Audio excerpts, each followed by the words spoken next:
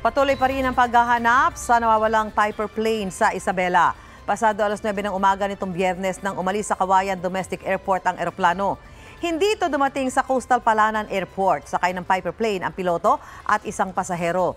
Nasa sitio Lukban na sa bayan ng Palanan ang search and rescue team. Naglabas naman ang Civil Aviation Authority of the Philippines ng notice to airmen hanggang December 9 sa lokasyon kung saan pinaniniwalaang naroon ang eroplano. Hindi muna pwede magpalipad ng anumang sasakyang panghimpapawid sa radius na 10 nautical miles at 20,000 feet sa lugar. Mauna ka sa mga balita, bisitahin at mag-subscribe sa GMA Integrated News sa YouTube. Sa mga kapuso abroad, samahan nyo kami sa GMA Pinoy TV at sa www.gmanews.tv.